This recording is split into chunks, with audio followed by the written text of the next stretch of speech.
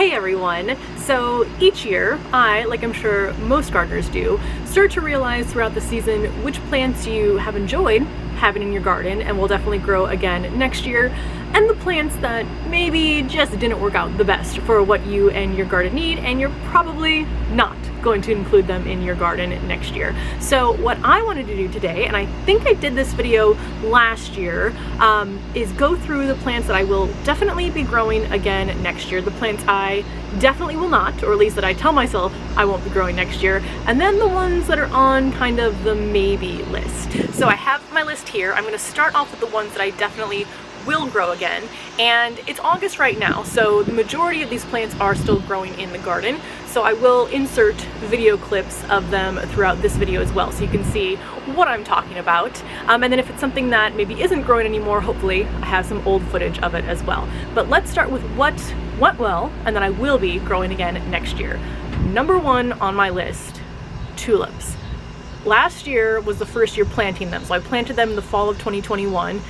This spring was the first time I've had actual blooming tulips in my garden, and it made me so incredibly happy. The winters here in Chicago just seem to drag on forever. You know, March 21st hits, you're like, all right, we're ready for spring, and then you're still getting snow for the next month sometimes. So being able to have something popping up in the garden that's as bright and colorful and happy as tulips are, it just really made a complete difference in kind of how I felt going out of winter and into spring. So I am 100% planting tulips again this fall. I've actually already ordered them from Color Blends. They haven't arrived yet, so you order them and then Color Blends ships them out when it's planting time in your region. So I should be getting them, I assume, sometime in October. So either late October, early November, I will go through and show you how I'm planting those, but I am really excited just to have that again in my garden. Next on my list has become kind of like my go-to favorite plant, Gomphrena. So last year was the first time I ever grew Gomphrena. I only grew Carmine, so I only had the one variety. This year in 2022, I grew Carmine again, but I also added 4 new varieties. So I added QIS Pink, QIS Orange, QIS Purple, and Strawberry Fields. And the Strawberry Fields was just a red color. I think, assuming I can get my hands on them, I'm going to grow all of those colors again. And I've already ordered a raspberry Gomphrena as well, which I think is a little bit deeper pink compared to the QIS pink, which is almost, I'm looking at it right now over there, I mean, it almost looks white from afar, so it's a very, very pale pink. So I'm just basically going to each year probably add more and more Gomphrena until I am inevitably in a Gomphrena only garden somehow. But I really do love it.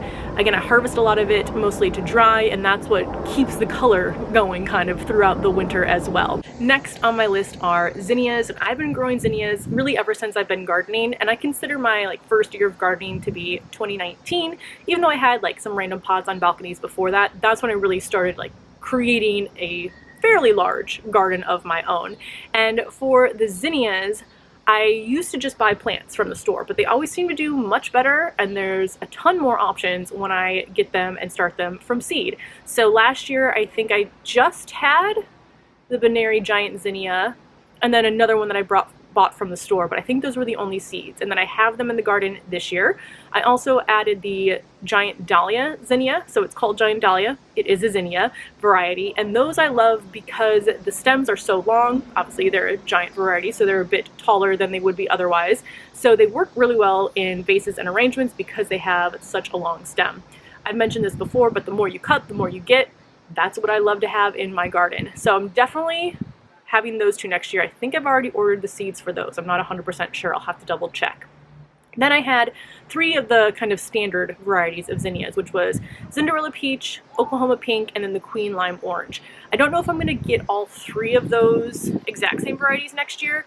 I definitely want to get more of the Queen Lime series. I think I've already ordered red in that series because I love just the shape and the tones of those. And I really liked having the 2 to 3 foot zinnias in my center raised bed compared to the giant ones I had in 2021. They fit the garden overall much better. It was much easier to grow the giant zinnias in a container lower to the ground versus the container higher off of the ground, especially on days like now when we're getting some wind.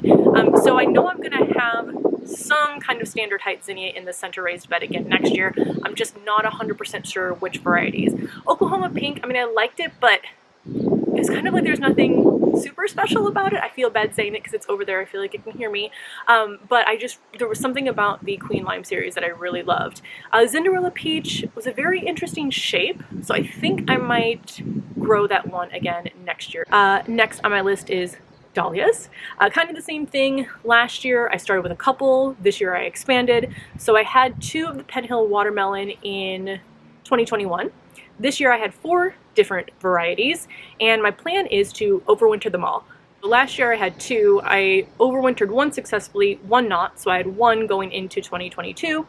If I overwinter them all successfully this year, I will have 7 going into next year, but I still think I'm going to get some more tubers just to have on hand in case, so I get those in the spring from one of our local garden centers here, and just to try out, again, some more varieties of dahlias. But dahlias are now a staple in my garden. I think they might even be, well, no, I like Gomphrena too though, but as far as like the size of the flower shape, I really love it. And I just realized I forgot about my decorative fire pot dahlias as well. So I like those too. I think, hopefully I'm going to dig those up and overwinter them, and I'll have them grow back in the raised bed. So both the dinner plate and the decorative dahlias, definitely plan on growing again next year. Next on the list, Supertunia Vista only. So I had 3 different types of Supertunia Vistas.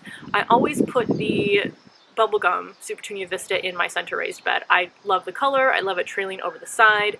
I'm planning just to add more. So I think I have it on 2 of my raised beds. I'm basically just going to add Supertunia Vista to the corners of all of my raised beds next year because I really like the way that it looks and it makes me happy despite the budworms that do end up attacking it at least once every year. Next is Morning Glory, and I'm excited about this one, and I might change my mind, we'll kind of see. So the reason I'm so excited is that this is my first year growing it, and when I was talking about potentially having it in my garden, I got a lot of people saying, do not do that because it spreads like crazy and it's very hard to get rid of. I'm hoping, since I garden in containers, that it's going to be much easier to contain and not have spread everywhere. I mean, if it falls in the container it's growing in or one next to it, I can easily dump out the soil and add in new soil if I don't want it growing there again next year.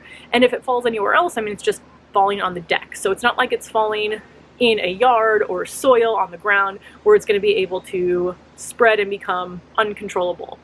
Also, the vision I had in my head of what I wanted the Morning Glory to do on my flower cart, it almost ended up even better than what I imagined. Like, it did exactly what I wanted it to and then did it even better than I expected. The only thing is, it still hasn't bloomed yet, but even the look of just the leaves on it makes me incredibly happy. So I'm 100% growing that again next year. I guess what we'll see in the spring of 2023 is, am I having a hard time with it spreading into other containers and controlling it? But again, I just think that hopefully won't be an issue in my garden, as opposed to somebody that's not gardening on a deck or a balcony. So we will see how that goes, but I won't know the answer until next year. Next on my list is China Asters, and this one is also interesting because from how it performed in 2021, I had not planned on growing it in 2022. The only reason I did was because I had some extra seeds, and if I have extra seeds from the previous year, might as well start some of them. My mistake, really both years, is that I haven't given it really a dedicated space or enough space to grow. I think in 2021 I threw it into the center raised bed, which had already been taken over by the giant zinnias, so they really didn't do much. They did not grow very large, the flowers were very small. This year I had 2, and I just threw them in the same container as my aronia berry bush, which I'm not going to do that next year. I'm going to leave the aronia berry bush on its own in the container, but they did have more room than I gave them in the previous year, so they grew like crazy. I had no idea they put out so many blooms. Another reason I think I like them more this year is because the seeds I started were from a mixed pack, and last year I think I mostly just got white and pale pink, but this year I also have a very pretty purple color. So knowing kind of what the asters potential is just completely changed the game for me. So I've already ordered 3, I think, different aster seeds for this coming year, and it's in varieties and colors that I'm choosing so that, like, I know that one seed packet is that specific color instead of a mixed seed packet. So I'm really excited for the China Asters, especially too because they're a flower that kind of lasts longer into the season, so it's nice to have that around as the temperatures start to cool. So definitely looking forward to the China Asters next year. Also, what I'm going to grow, so when I first started in 2021, it was mostly vegetables and then some random pots of flowers.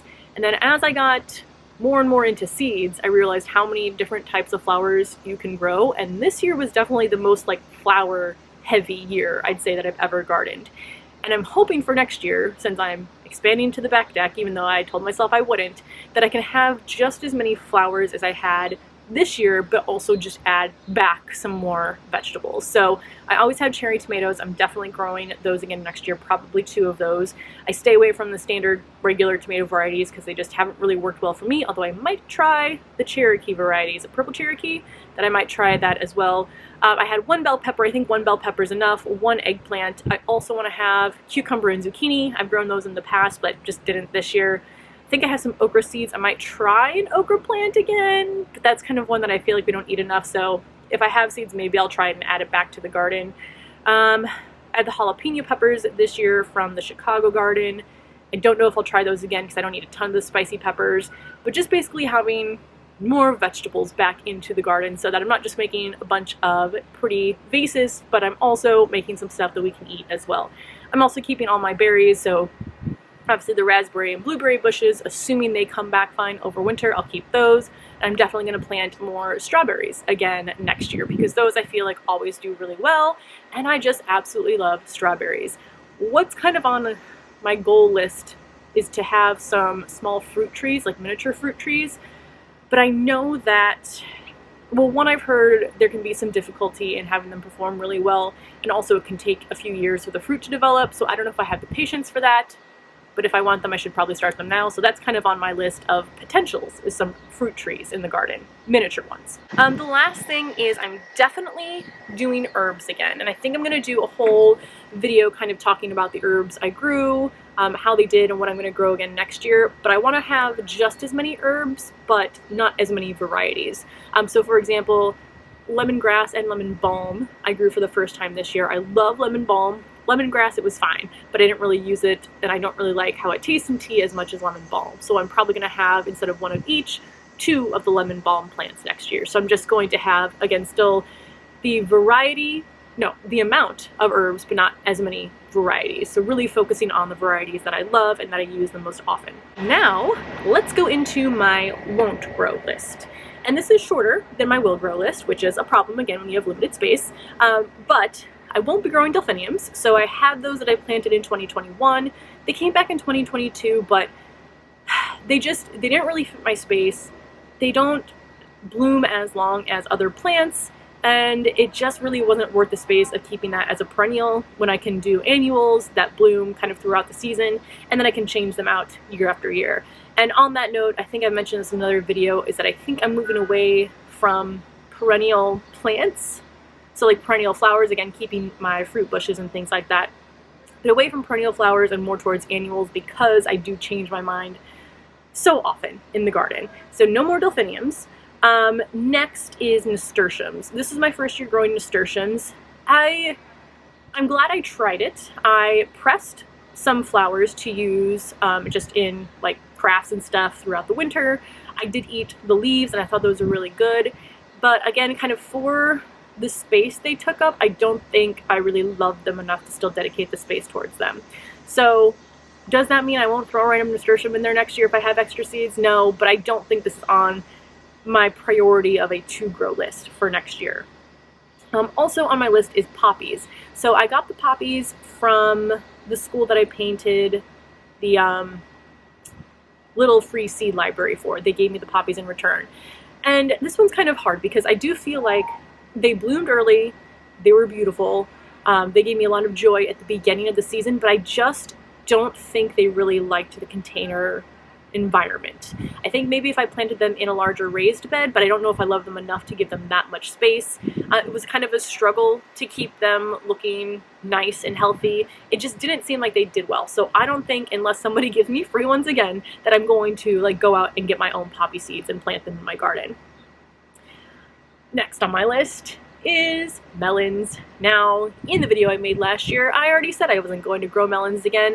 In 2021, I grew either 7 or 8 melon plants, and that was way too many because unless you have the vertical structure set up for support, they take up a lot of space.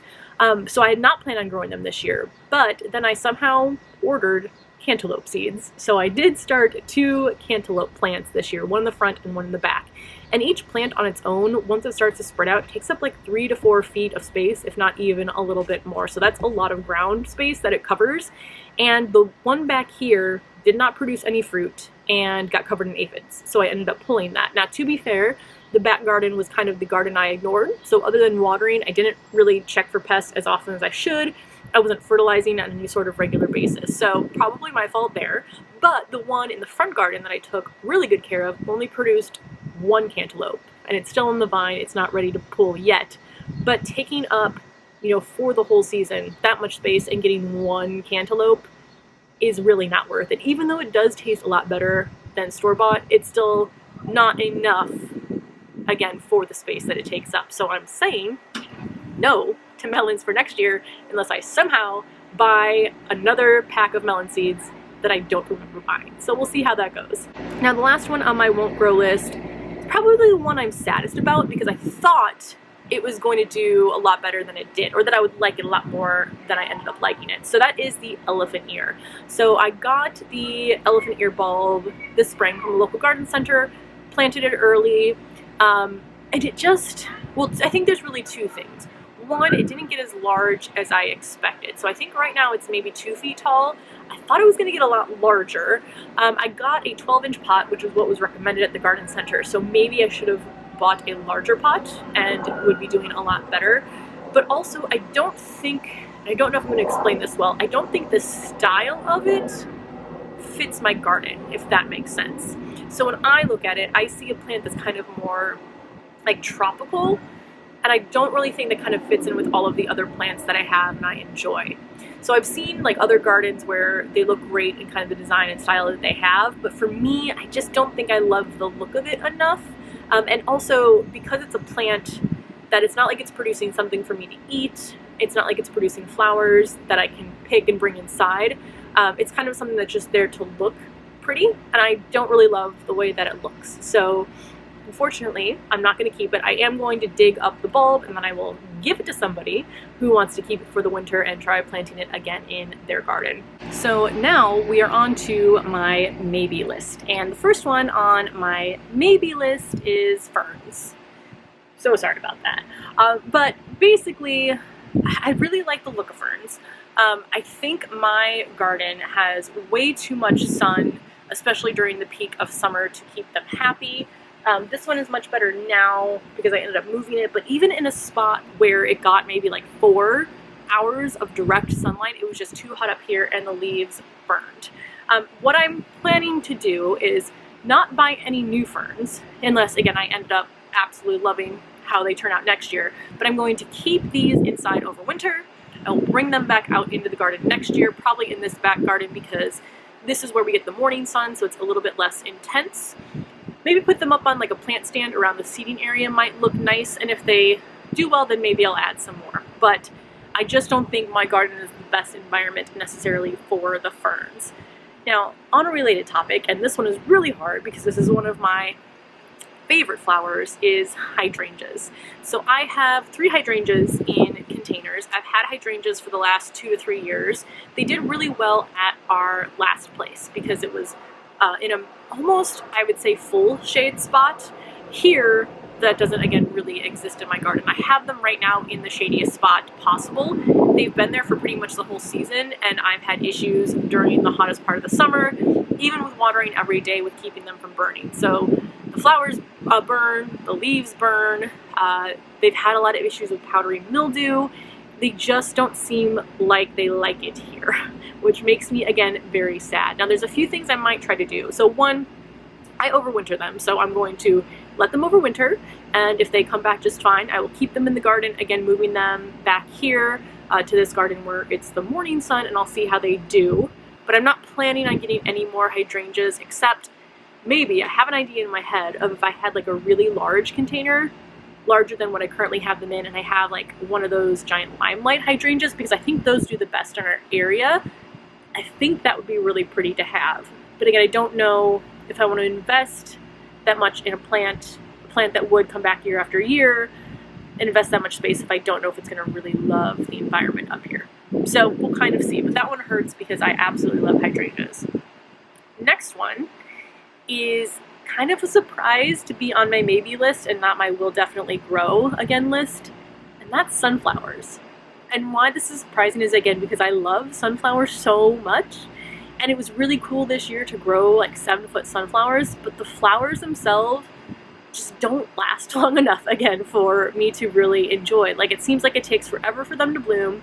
They bloom for a few days and look really great, then the petals start to fall off, and then the plant itself just kind of looks sad. Whereas things like the petunias or the zinnias look great for basically the whole season. Same thing with the dahlias. So I think with the space too required to grow the sunflowers, I don't think I'm gonna do sunflowers again next year, but I might because I really like them. So they're kind of on my maybe, but shifting into more of the probably won't end of the scale. So we will see. Maybe I'll try some mini sunflowers, but I don't love miniature sunflowers just as much as I love the large ones. Last one on my maybe list, and this is kind of a maybe something new list that I've been thinking about, and that is some evergreens. So when we were on the Bucktown Garden Walk, there was a house that had these giant fiberglass pots, which I guess are really lightweight, and he had some pretty good sized evergreens. Obviously they didn't start large, he planted them and then they grew, and he said he can make an evergreen last like 7 or 8 years before it kind of outgrows its pot and he needs to get rid of it. And I would really like to have some evergreens up here. I think that would be really pretty, especially in the winter when kind of everything else is gone or moved from the deck. Just having a couple evergreens up here kind of to look at, especially again on this back deck. We have the view of the church, which is really pretty, and I think it would just be really nice to have something living up here during the middle of winter. So we'll see kind of how that goes. I think that's more of a longer goal, but then if I see some on sale this fall, I might have to grab them. So I don't know, kind of up in the air about that one as well. But that is everything that's on my list. Let me know kind of what's on your list. What did you absolutely love this year that you're 100% growing next year? What are the plants that did not work out that you are not growing? And what are the ones that you're kind of going back and forth on? This is always really fun for me to kind of reflect back on, even though the growing season's not over yet. And then also being able to kind of see year over year how my garden transforms. So thank you so much for watching, and I will see you in the next video.